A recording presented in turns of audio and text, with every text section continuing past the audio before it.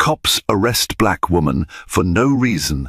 Then she shows her FBI badge. The storm clouds that loomed over Chicago that afternoon were nothing compared to the tempest about to tear through the city's police force. In a single moment, a routine traffic stop gone wrong, lives would twist, loyalties would fracture, and corruption would be dragged, screaming, into the light. A young black woman, calm and self-assured, found herself handcuffed on the sidewalk without reason. What the arresting officers didn't know was that behind her quiet gaze lay a secret that could bring the entire precinct to its knees. She was an FBI agent. The ripples of that revelation would soon become a tidal wave of reckoning. Nicole Harris was born on the south side of Chicago, where sirens often filled the night air like a broken lullaby. Her parents, Ray and Donna Harris, worked hard to keep food on the table. Ray was an electrician at a local factory. Donna was a schoolteacher who instilled an unshakable sense of ambition in her children. They lived in a modest two-bedroom apartment just a few blocks from Washington Park. The area, while vibrant in cultural heritage, battled poverty, gang violence, and strained relationships with the police. For Nicole, growing up in that environment was both a challenge and an inspiration. When she was only 8, she witnessed a brutal altercation outside her bedroom window. A teenage boy, no older than 17, was slammed against the hood of a squad car by officers twice his size. She never discovered what triggered that force, but the haunting image etched itself permanently into her memory. Nicole watched as the boy screamed for his mother while bystanders shouted at the police to stop. Instead of feeling helpless, Nicole felt something else that day, an ember of defiance against injustice. She had always been a clever child, curious about how things worked, especially human systems. After that night, she vowed to be part of the system that would protect people like that boy, people who had nowhere else to turn, who felt powerless. Throughout school, Nicole excelled academically. She had laser-focused goals: criminal justice, law enforcement, forensics, anything that would enable her to understand crime and law from the inside. Her mother supported her every step of the way, seeing Nicole's fierce passion for justice as a reflection of their family's resilience. But her father worried about the dangers. Policing is a tough job, he would say. Being a young black woman in that world is even tougher. Nicole, however, was unrelenting. She applied for every relevant internship she could find. She studied late into the night. By the time high school ended, she was valedictorian. She went on to major in criminology at the University of Illinois at Chicago UIC. There, she became fascinated by the role federal agencies played in investigating civil rights violations and organized crime. The Federal Bureau of Investigation, headquartered at the J. Edgar Hoover Building in Washington, D.C., captured her imagination. She read everything she could find about famous FBI cases, from counterterrorism operations to civil rights probes.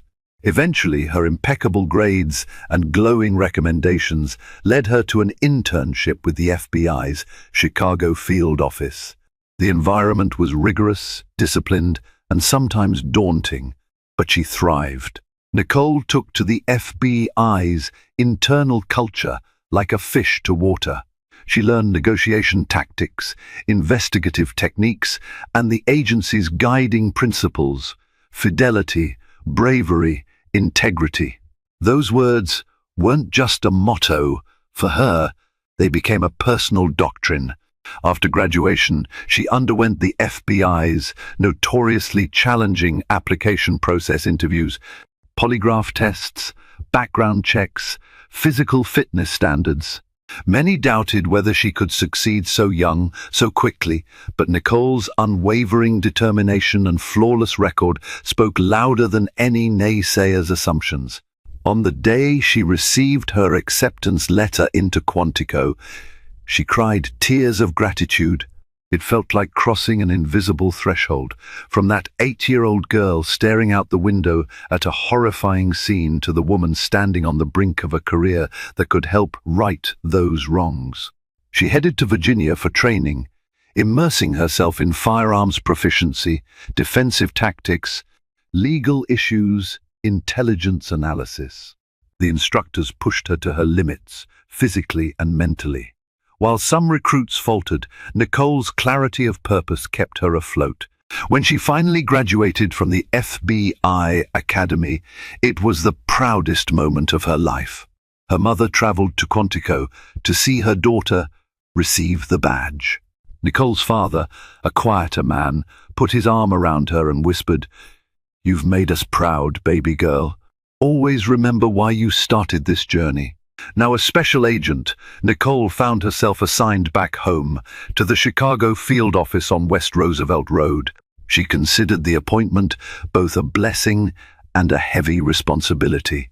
She knew how complicated the relationship between the Chicago Police Department (CPD) and local communities could be, but she also believed in the potential for collaboration and reform. She wanted to be a bridge, someone who understood the struggles of the neighborhoods and the demands of law enforcement. No matter how intense the workload became, Nicole's sense of mission remained unwavering. She was determined to bring justice where it was needed most, focusing on community outreach and federal investigations into violent crimes that plagued neighborhoods just like the one she grew up in. She was no stranger to the reality of being a black woman in a predominantly white, male field. She faced her share of skeptical glances and microaggressions, but she wore her badge with pride. In every room she stepped into, she carried her upbringing, her experiences, and her relentless commitment to fairness. In this city of grit and hope, Nicole believed that change was possible. She never guessed that her commitment would soon be tested in the most personal way possible on a sun-scorched street where a pair of overzealous cops would attempt to arrest her without cause. Chicago was a city of contrasts. Gleaming skyscrapers lit up the downtown skyline, but less than a few miles away, entire neighborhoods struggled with neglected infrastructure, crime, and underfunded schools. It was into this delicate ecosystem that Nicole re-entered, her FBI credentials in hand, determined to make a difference. The Chicago field office, located on a bustling thoroughfare, was a far cry from the stately corridors of the J. Edgar Hoover building. It felt more like home, fast-paced, diverse, a place where the urgency of the city's problems collided with an equally strong desire to solve them. Tensions with the Chicago Police Department ebbed and flowed. On the surface, the CPD and FBI worked together on joint task forces, combating gang violence, narcotics distribution, and terrorism threats. Yet behind closed doors, there was friction. Some local officers distrusted federal interference, while some feds criticized the CPD's track record of alleged brutality and misconduct. Recent high-profile incidents of police violence had set the city on edge. Protest marches became almost routine, sparking heated debates in city council meetings and on social media. Nicole felt the tension whenever she passed a CPD cruiser. At times, the officers waved politely, but more often she could sense the unspoken question in their eyes. Which side are you on? To Nicole, there was only one side: justice. But she also knew the world wasn't that simple. She often visited the neighborhoods where she grew up, encouraging residents to share concerns about law enforcement. Some folks saw her FBI jacket and refused to speak, believing federal agents were just an extension of an oppressive system. Others opened up, relieved to see a familiar face in a position of power. She gathered stories of corruption, but she also learned of good cops working tirelessly to protect their communities. Everywhere she turned, there were contradictions, complexities, and struggles, and a city weighed down by a history it couldn't easily shake off. Her supervisors at the FBI recognized her unique perspective. She was frequently assigned to community outreach, bridging gaps between federal agents and local leaders. Nicole believed she was making progress. People were calling in tips more frequently. Trust in the agency was growing. Yet she understood that real change would take time. In the midst of such precarious relations, Nicole never expected to be personally targeted by rogue officers. She carried her credentials everywhere, as required. She knew her rights and the law. She believed in the system's ability to self-correct, but the city's tension was a tinderbox, just waiting for a spark. That spark would come on a sweltering August afternoon, when an innocuous trip to pick up a housewarming gift for a friend would set in motion a chain of events that rocked the city and challenged Nicole's faith in the very institution she served. It was a Saturday, and Nicole finally had a day off. She wanted to do something thoughtful for her close friend Sarah, who had just moved into a new apartment. Sarah had raved about a small boutique in the River North neighborhood that sold handcrafted ceramics. Determined to find the perfect gift, Nicole hopped into her silver sedan and headed across town. The sun beat down mercilessly, reflecting off the asphalt and the gleaming skyscrapers. The forecast promised temperatures soaring into the high 90s, with humidity so thick it felt like walking through soup. Nicole welcomed the air conditioning inside her car. She turned up the radio, letting a soulful R&B track fill the space. Traffic was heavier than usual. Tourists crowded the sidewalks to explore Chicago's famed architecture and restaurants. As Nicole inched forward in congested lanes, she tried to relax, reminding herself this was her day to unwind, to focus on something besides investigations and paperwork. She briefly glanced at her phone, resting in the center console. No urgent messages. Just the way she wanted it. Finally, Nicole exited the highway near River North. The streets were narrower here, lined with upscale galleries, trendy cafes, and artistic murals that gave the neighborhood its charm. She noticed a couple of squad cars parked along the curb, lights off, as officers chatted with each other. It seemed ordinary enough.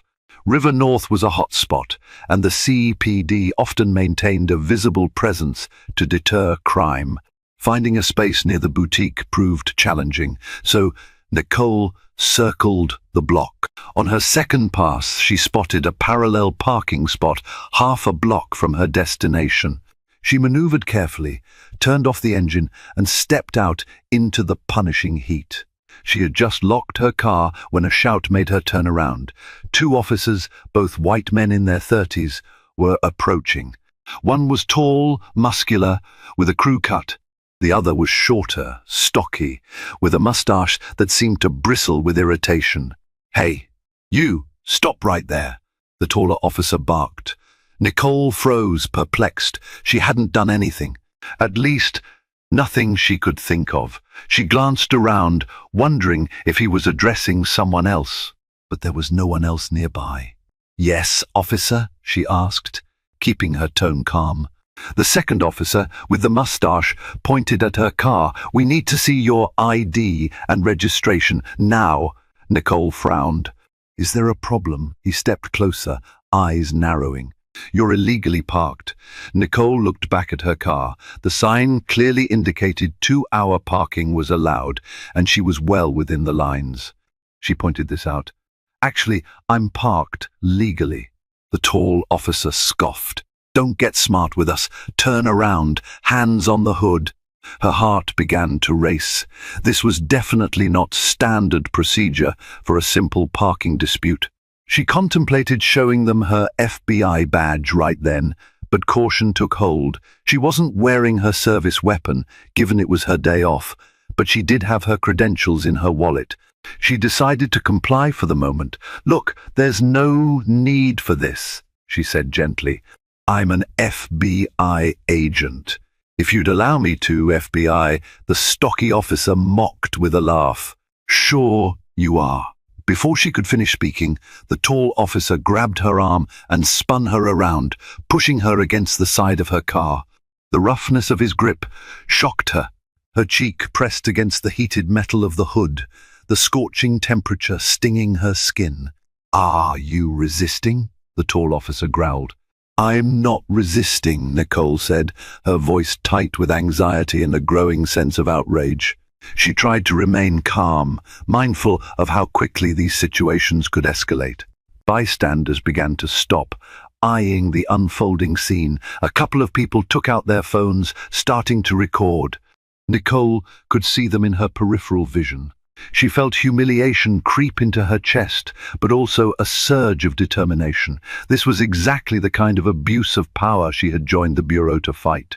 The stocky officer rummaged through her purse, which she had dropped on the sidewalk when they grabbed her. "We'll see about these so-called FBI credentials," he sneered. "Probably fake ID." Nicole's mind raced. Even though she knew she had done nothing wrong, the intense fear of being a black woman pinned by two aggressive cops in a city already fraught with tension was overwhelming. She'd never felt so powerless, even though she was armed with the knowledge and authority of a federal agent. As the officers continued their search, Nicole tried to breathe evenly. She looked at the small crowd gathering, many filming. In some ways, the cameras felt like her only protection at this moment. She locked eyes with a young black man holding his phone. He gave her a look of empathy and concern. After what felt like an eternity, the tall officer slapped handcuffs around her wrists. The click of the metal was deafening to Nicole's ears. "You're under arrest for obstruction of justice," he declared. An incredulous anger surged in Nicole's chest. "Obstruction of justice? I haven't done anything but park my car." He ignored her, patting her down as sweat dripped down both their faces. She caught her reflection in the car's window, eyes wide with rage and humiliation. She had never envisioned this scenario, a black female FBI agent publicly treated like a criminal without the slightest provocation. At last, the stocky officer found something in her purse. Nicole couldn't see his reaction, but she knew it had to be her badge case. Her heart pounded. This was the moment that could turn the tide or make everything worse. Nicole felt heat radiate from the hood and from her own body. She tried to maintain composure, but her wrist was throbbing from the cuffs. The tall officer maintained his grip on her arm, refusing to loosen the metal biting into her skin. "Hey, Brad," the stocky officer called to his partner. He held up the black leather wallet that contained Nicole's FBI badge and ID. "Take a look at this." Officer Brad Wilson, as the name tag revealed, loosened his hold just enough to peer at the item. A skeptical frown crossed his face. "What is it?" Nicole couldn't see it herself, but she knew exactly what they were looking at. An official FBI badge with her photograph and identification. She carried it dutifully since the day she graduated from Quantico. The shorter officer, whose nameplate read Officer Tucker, turned the wallet in his hand. "It's some kind of badge, FBI seal and all." A momentary silence hung in the humid air, as if the entire street held its breath. Some bystanders murmured. Nicole heard someone whisper, "Oh my God, she really is FBI." Despite the evidence in front of them, Officer Wilson sneered. "This looks pretty authentic," he admitted, "but we get high-quality fakes all the time." Nicole had had enough. She stared at him over her shoulder. "Call the Chicago field office. Ask for Special Agent Nicole Harris. Or better yet, run my badge number through NCIC." Her voice was surprisingly steady, even though her heart hammered in her chest. She was furious at the injustice, the disrespect, the likelihood that if she weren't an FBI agent, she might be on her way to the station, or worse. Officer Tucker shoved the badge into his pocket. "We'll sort this out at the station," he said. "You're still under arrest for obstruction. Are you serious?" Nicole asked, her voice rising. "You have my credentials right there." He shot her a hostile glare. "We'll see if they're real." By now, multiple phones were recording. Pedestrians stood on the sidewalk, Some outraged, others confused. One woman yelled, "She's FBI, you idiots!" Another man hollered, "That's messed up. Let her go." Officer Wilson gestured to the crowd, irritation twisting his features. "Back off, or you'll be next." Nicole felt despair, anger, and a tinge of fear swirl inside her. She knew all the protocols, but the scenario was spiraling out of control. She couldn't believe these officers' stubborn refusal to acknowledge the truth.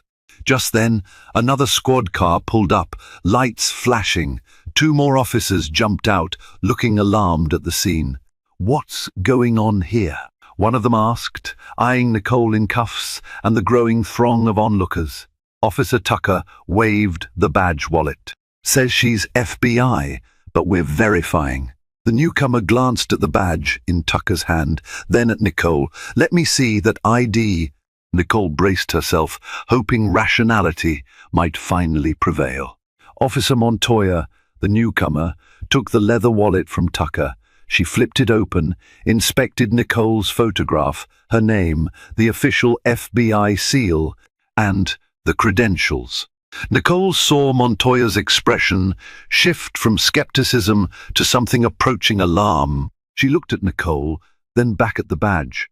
"You might want to reconsider those handcuffs," Montoya said carefully to Wilson and Tucker. "This looks legit." Wilson, still gripping Nicole's elbow, snorted. "We can't be sure yet." Montoya lifted her radio. "Dispatch, this is Officer Montoya, requesting a verification of an FBI credential, badge number." She squinted at the ID and read out the series of numbers. Then she provided Nicole's name. Through the radio's crackle, dispatch confirmed, "Stand by." A tense silence fell over the street.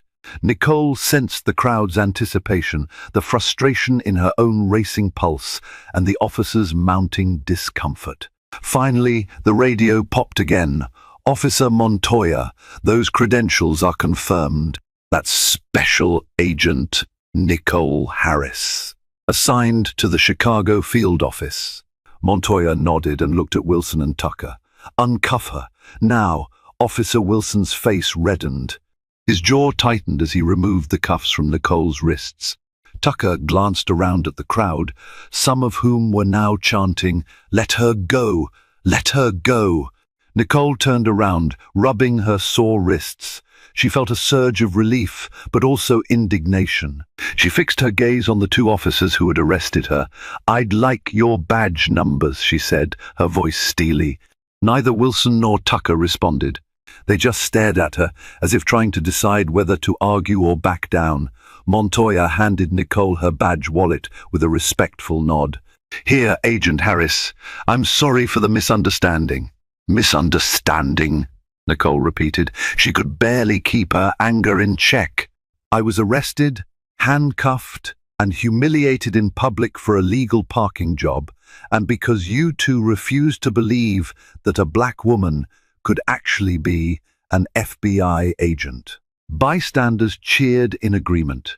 Phones still recorded. The tension in the air was now electric.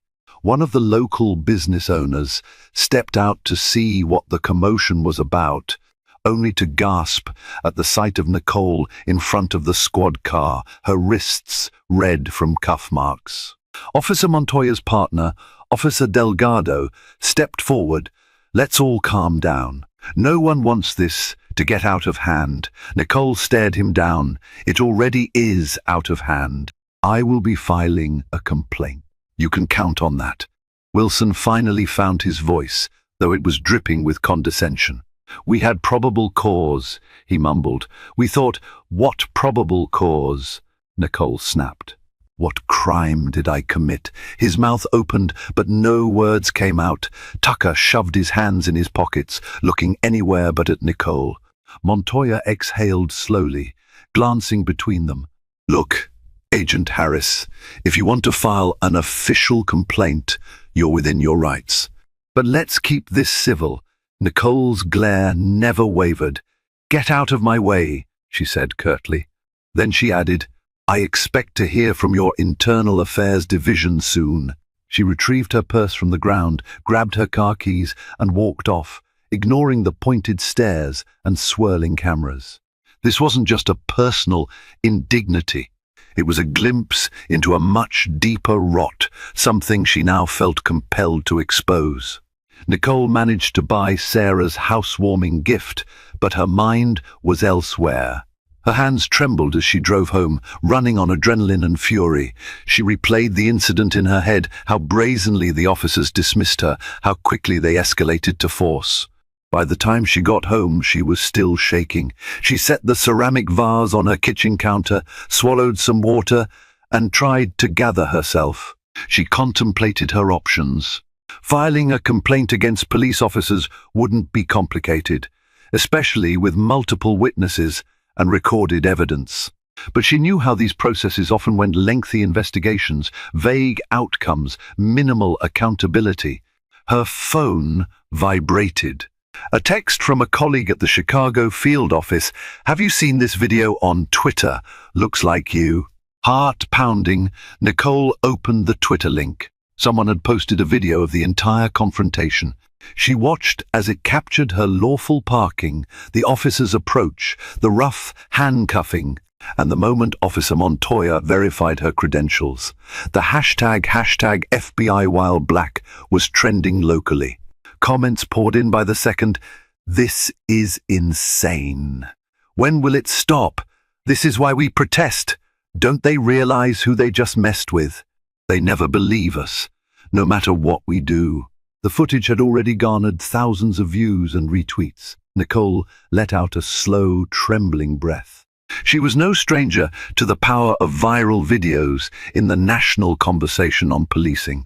People got outraged for a few days, sometimes took to the streets in protest, but rarely did meaningful reforms come swiftly.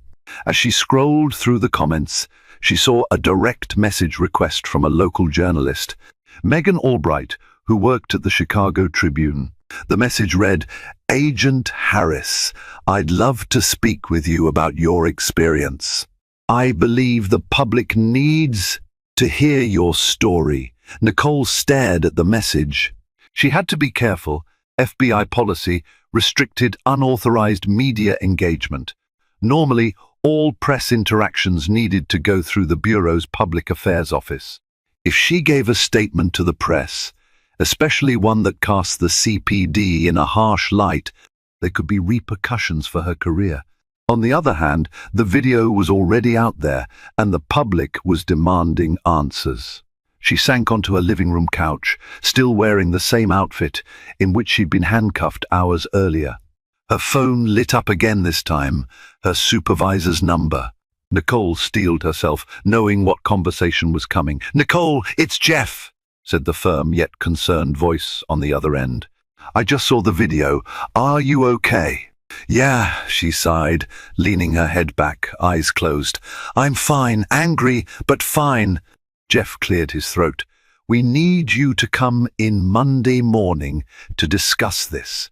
The special agent in charge wants a full report and will coordinate an official statement if necessary. For now, do not speak to the press, okay?"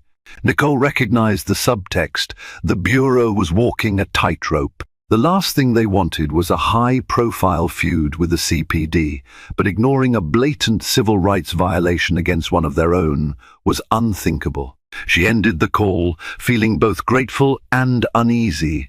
This was bigger than just her. She could sense it.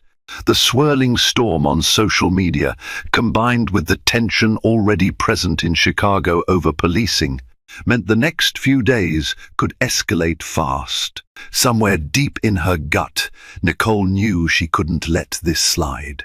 This wasn't merely an insult.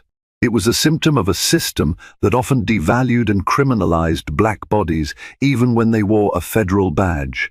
Monday morning arrived under slate-gray skies that threatened rain. Nicole walked into the Chicago field office, feeling a knot in her stomach. She had spent the weekend drafting a meticulous account of the incident. The tension of waiting for official action, combined with the relentless onslaught of social media chatter, had made for a sleepless couple of nights.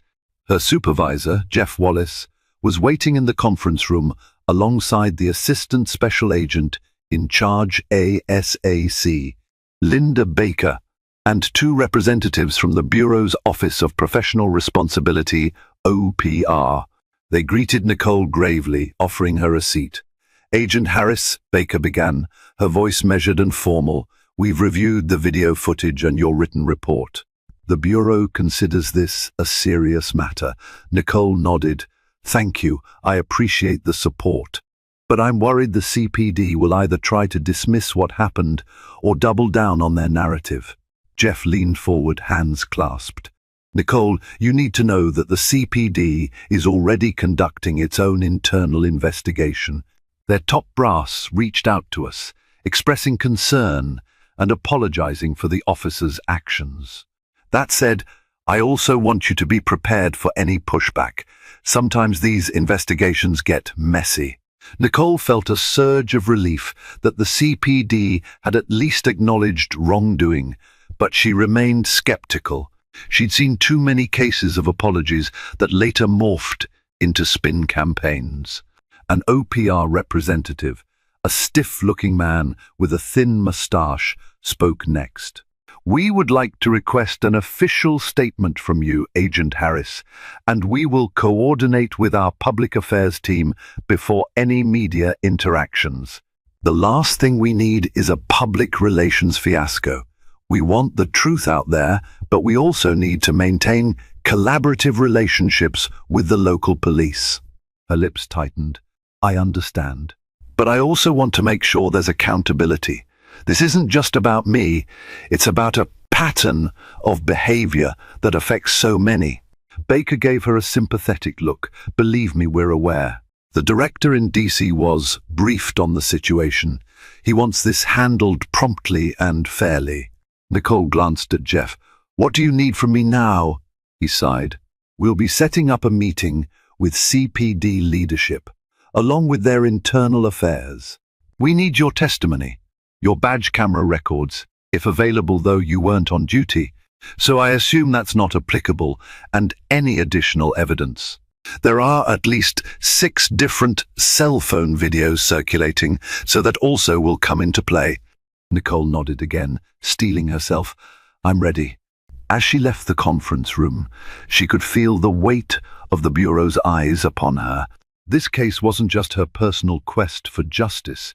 It had become a public test of how federal and local law enforcement dealt with allegations of racial profiling and misconduct, especially when the victim was one of their own. Outside, the sky finally let loose a torrent of rain, pattering against the glass windows of the field office. Nicole watched the downpour and wondered if it was some kind of omen. Change often came like a storm, turbulent, chaotic, but ultimately cleansing. She could only hope the city was ready for it. That afternoon, Nicole arrived at the Chicago Police Department's headquarters on South Michigan Avenue. A formal meeting had been scheduled between her, representatives from the FBI CPD's Internal Affairs Division, and the CPD's top brass. She felt a mixture of trepidation and defiance as she walked through the grand lobby with its polished floors and the emblem of the CPD prominently displayed. The conference room was large, with a long wooden table and a dozen chairs on each side. On one wall hung portraits of past police commissioners, a silent reminder of the department's storied and often controversial history. Nicole found a seat alongside Jeff and OPR counsel. Across from them sat CPD Chief Anthony Ramirez, flanked by several senior officers, including the head of Internal Affairs, Captain Andrea Carter. Chief Ramirez was a tall, imposing figure with salt and pepper hair. He folded his arms, looking decidedly uneasy.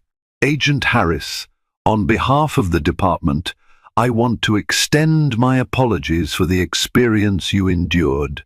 The officers involved, Wilson and Tucker, have been placed on desk duty pending the outcome of our investigation." Nicole studied the faces around the table. Some appeared genuinely remorseful. Others wore expressions of guarded defensiveness. "Thank you for the apology, Chief Ramirez," she said calmly. "But words alone won't solve the deeper issue at hand." Captain Carter cleared her throat. "We understand. That's why we've launched an internal review. We'll be looking at body cam footage, eyewitness statements, and any other relevant material. The fact you're an FBI agent doesn't exempt our officers from accountability, but we want to ensure a fair, impartial process." Jeff chimed in. "We also expect full cooperation from your side." This incident has drawn significant public attention. The Bureau is prepared to stand behind Agent Harris in seeking justice. Nicole noticed subtle shifts in posture among the CPD brass, stiffening shoulders, pursed lips. It was clear some of them resented federal involvement in what they saw as a local matter. Chief Ramirez spoke again. "While we respect the FBI's position, we must handle this through our established protocols. If you have any evidence to bring forward, please do so through the official channels. Our aim is the truth." Nicole leaned forward, her voice resolute. "The truth is that your officers racially profiled me, used excessive force, and humiliated me in public. If it weren't for the video footage, who knows how they might have spun the story." Silence gripped the room. Captain Carter finally nodded. "Understood. We take allegations of racial profiling seriously, Agent Harris. You have my assurance that the investigation will be thorough." As the meeting drew to a close, Nicole handed over a copy of her written statement. Outside the room, Jeff gave her a supportive pat on the shoulder. "You did great," he murmured. Nicole exhaled, feeling both defiant and oddly drained. A sense of unreality clung to her. This was her life now, caught between two powerful institutions, demanding accountability for a wrong that should never have happened. She left headquarters with the awareness that a battle line had been drawn. Whether the CPD would stand by their pledge of a fair process remained to be seen. Within days, local news outlets latched onto the story of the FBI agent wrongly arrested by CPD. Segments ran on evening broadcasts, featuring snippets of the viral videos and interviews with eyewitnesses. Megan Albright from the Chicago Tribune wrote an in-depth article referencing the city's tumultuous history with law enforcement misconduct. Calls began flooding the CPD's public affairs hotline. Community leaders demanded an explanation and swift disciplinary action. Civil rights groups, including the local chapter of the ACLU, issued statements condemning racial profiling. Politicians weighed in, some using the incident to bolster calls for reform, others cautioning the public not to rush to judgment. Nicole found herself in the eye of the media storm. She fielded call after call, some from well-meaning reporters looking for her perspective, others from people who just wanted a sensational scoop. Per the FBI's guidance, she refrained from going on camera or granting interviews, but she couldn't avoid the swirl of public attention. Everywhere she went, people recognized her. One morning, her mother called, her voice laced with worry. "Baby, I saw you on TV last night, some news report about what those police did. Are you all right?" Nicole sighed into the phone. "I'm okay, Mom. Just dealing with a lot of stress. It'll blow over eventually." But Donna Harris wasn't so sure. "I know you're strong, Nicole, but be careful. People can get ugly about these things." She felt a surge of gratitude for her mother's concern, but also a stab of guilt for putting her parents through this emotional turmoil. She assured her mother she'd be cautious, even as she recognized the fight for justice was far from over. Meanwhile, a groundswell of public opinion was forming in Nicole's favor. Protesters marched outside the CPD headquarters, demanding accountability not just for the two officers who arrested her, but for the entire department's culture. Signs read, "If they do this to an FBI agent, imagine the rest of us, and racial profiling is a crime." Amid the uproar, the CPD scrambled to manage its image. Press conferences were held, where a visibly tense Chief Ramirez reiterated that the department was conducting a thorough investigation. Captain Carter assured reporters that they would leave no stone unturned. Yet the public wanted immediate consequences, and justice felt agonizingly slow. Nicole's FBI colleagues offered a mix of support and caution. Some rallied around her, encouraging her to stand strong. Others seemed worried that her involvement in such a high-profile dispute could jeopardize interagency cooperation. Jeff, her supervisor, took every opportunity to remind her not to speak out of turn. In her quieter moments, Nicole wrestled with conflicting emotions. She was furious at the officers who had treated her like a criminal. She was disillusioned with a system that had so quickly turned on one of its own. Yet she also believed in justice, in due process, and in the possibility of real change. On a Wednesday evening, she found herself scrolling through countless social media posts, some supportive, some vitriolic.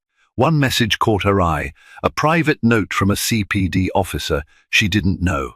It read, "Agent Harris, I'm deeply sorry about what happened to you. Some of us in the department are disgusted by Wilson and Tucker's actions. I hope you won't lose faith in all of us." Nicole felt tears prick her eyes. She replied with a thank you, recognizing that not everyone within the CPD was her enemy. The problem was bigger than just two rogue cops. It was an ingrained culture that allowed this kind of abuse to happen so routinely. As the days turned into weeks, the media frenzy showed no signs of abating. Even national outlets began picking up the story, linking it to broader debates about policing in America. Nicole realized she had become something of a symbol, a black woman standing at the intersection of federal law enforcement and the fight against systemic racism. It was a responsibility she never asked for, but she refused to shy away from it. Instead, she used the momentum to push for broader conversations, quietly urging the FBI's leadership to back meaningful reforms. If the spotlight was on her, she reasoned she might as well use that light to expose deeper truths. Behind the scenes, Officer Wilson and Officer Tucker found themselves under increasing scrutiny. Both had histories of complaints for excessive force, though none had resulted in official disciplinary action before. Internal Affairs interviewed them repeatedly, comparing their statements to the video evidence. The CPD rank and file was divided. Some officers closed ranks around Wilson and Tucker, claiming they were being unfairly demonized. Others quietly acknowledged that the duo was known for their aggressive tactics, particularly in communities of color. The question now was whether the department would finally hold them accountable or find a way to excuse their actions once again. Meanwhile, Nicole's OPR liaison informed her that a new piece of evidence had surfaced: internal messages from Wilson and Tucker's patrol car computer. A whistleblower within the CPD had leaked logs showing derogatory language used by Tucker earlier that day. Phrases like "gotta watch these people" and "she's probably on welfare" had been typed shortly before they approached Nicole. When Nicole read the logs, her stomach turned. The blatant racism was undeniable. This wasn't a simple misunderstanding, it was a willful act of prejudice. She shared the evidence with Jeff, who immediately forwarded it to the legal department. The following day, in an explosive turn of events, those logs were published in the Chicago Tribune. The uproar was immediate and intense, sparking another wave of protests and condemnation. Civil rights advocates seized on the logs as proof that the arrest was rooted in racism, not mere procedural error. At the same time, Nicole received an email from the FBI's Civil Rights Division in Washington. They wanted to open a federal investigation into the arrest, citing possible civil rights violations. For Nicole, this was a bittersweet development. Part of her was relieved that high-level attention might force real accountability. Another part of her dreaded the increased pressure and the potential for retaliation. Behind closed doors, CPD leaders convened crisis meetings. They issued statements condemning the language used by the officers, stating it didn't represent the department's values. But the public was losing patience. Calls for Chief Ramirez's resignation began circulating, though it wasn't clear if he bore direct responsibility for the officers' conduct.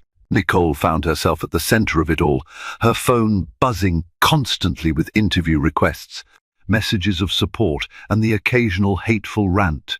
She was exhausted, but she felt a moral imperative to see this through. Privately, she worried about her parents' safety, about her own. She wasn't naive.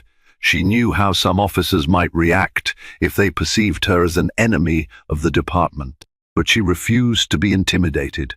If the system was ever going to change, it needed voices from the inside willing to speak up.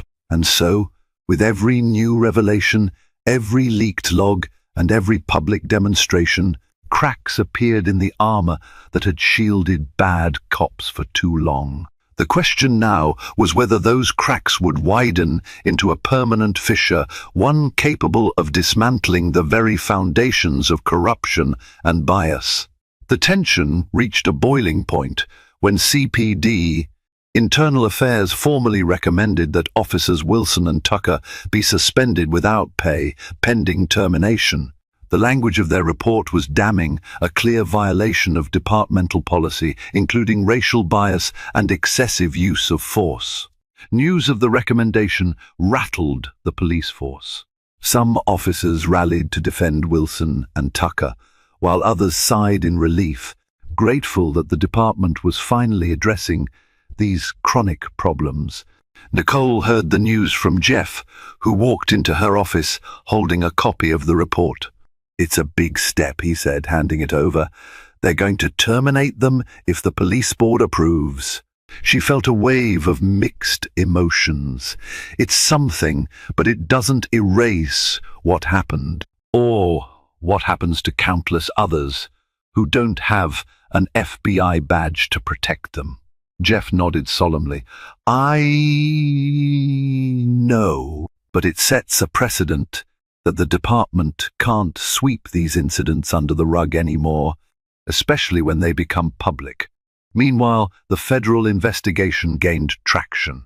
Investigators from the Civil Rights Division interviewed Nicole, the bystanders who had recorded the incident, and other CPD officers who'd worked with Wilson and Tucker.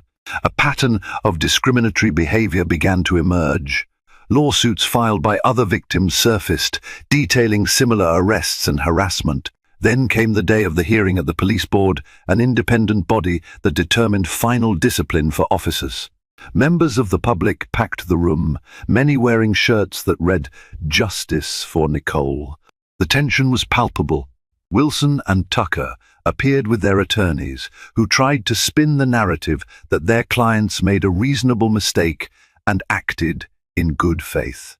They argued that Nicole's defiance had escalated the situation. The board members, however, repeatedly referenced the leaked patrol car logs and the glaring mismatch between the officers' statements and the video evidence. Nicole took the stand, recounting the incident step by step. The attorneys attempted to discredit her, hinting that she had blown the situation out of proportion. But each time they pressed, Nicole calmly reiterated the facts, which were already plain to see on the recordings. After deliberations that lasted 3 hours, the board rendered its decision.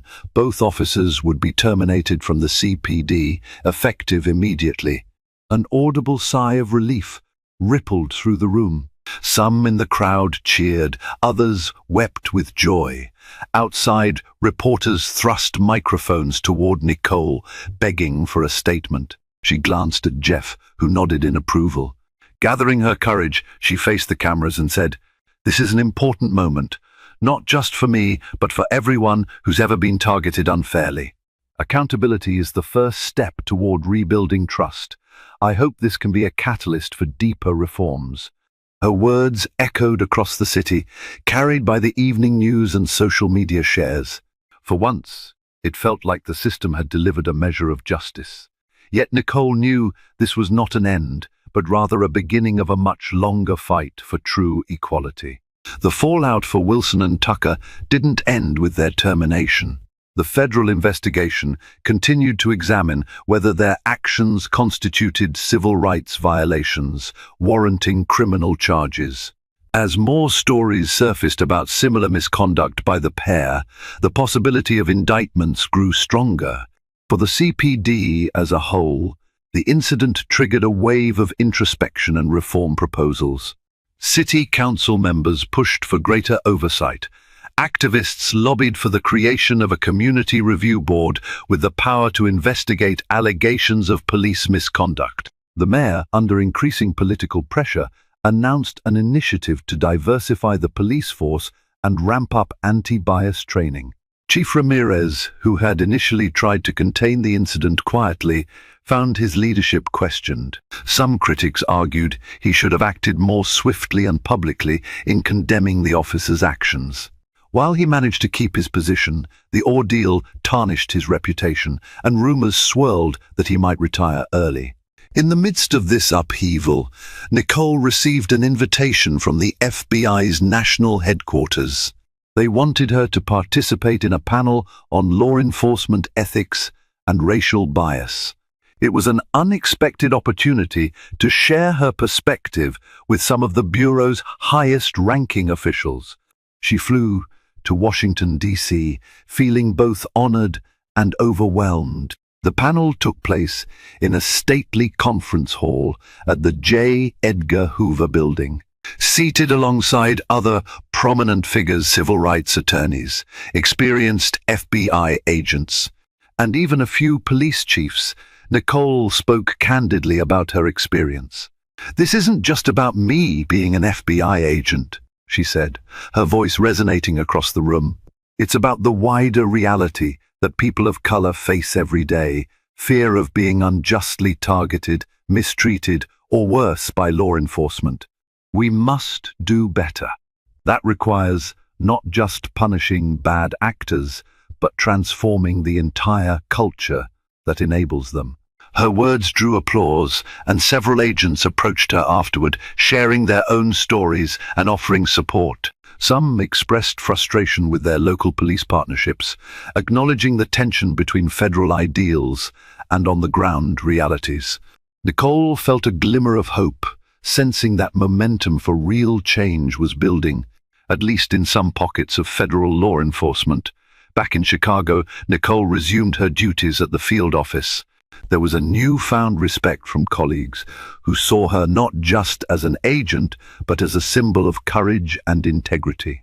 Still, the scars from her ordeal ran deep. She found herself double-checking her rearview mirror whenever she passed a CPD cruiser, a habit she hated but couldn't quite break. One afternoon, she received an unexpected visitor, Officer Montoya, the one who had listened to the badge verification on the scene. Montoya walked into the lobby of the field office, looking nervous, holding her cap in her hands. "Agent Harris," Montoya said, voice trembling slightly, "I just wanted to say I'm sorry. Sorry for not standing up sooner, for not doing more in the moment. I hope you can forgive me." Nicole studied the officer's remorseful expression and extended a hand. "Montoya, I appreciate that. I don't hold grudges against people trying to do the right thing. We all need to be braver when we see wrongdoing." The two shook hands, an unspoken acknowledgement passing between them. Real change demands personal courage, even when it means challenging colleagues or superiors. And so, while the city still faced daunting challenges, deep-rooted corruption, racial divides, and civic unrest, there were signs of progress. Honest conversations were happening in precincts, in community meetings, and in the corridors of power. A sense of possibility took root, fragile but real. Nicole found herself inspired by that possibility. Even after facing humiliation and doubt, she was determined to remain in Chicago, to continue her work with the Bureau, and to help steer law enforcement toward a more just and humane future. It wouldn't be easy, but she'd learned that real progress rarely is. For every arrogant cop like Wilson, there was a Montoya, or a Delgado, or a Carter. ready to be part of the solution if only they could muster the courage. As the dust finally began to settle, a new path opened up for Nicole, one where she could use her experience to push for meaningful change, not just in Chicago, but throughout the country. Her courage in standing up against injustice had sparked a conversation larger than any single precinct or department could contain. People began to believe that even the most rigid institutions can be reshaped when enough voices speak out for what's right. Now, we need your voice too. Keep the momentum going by sharing this story. Spread the word to friends, family, and neighbors. Let them see what happens when one person decides to fight back against a broken system. Make sure you hit that like button, subscribe to stay connected, and share this video with everyone you know. Because together, we can ensure that justice and accountability aren't just words, they're the foundation of our society.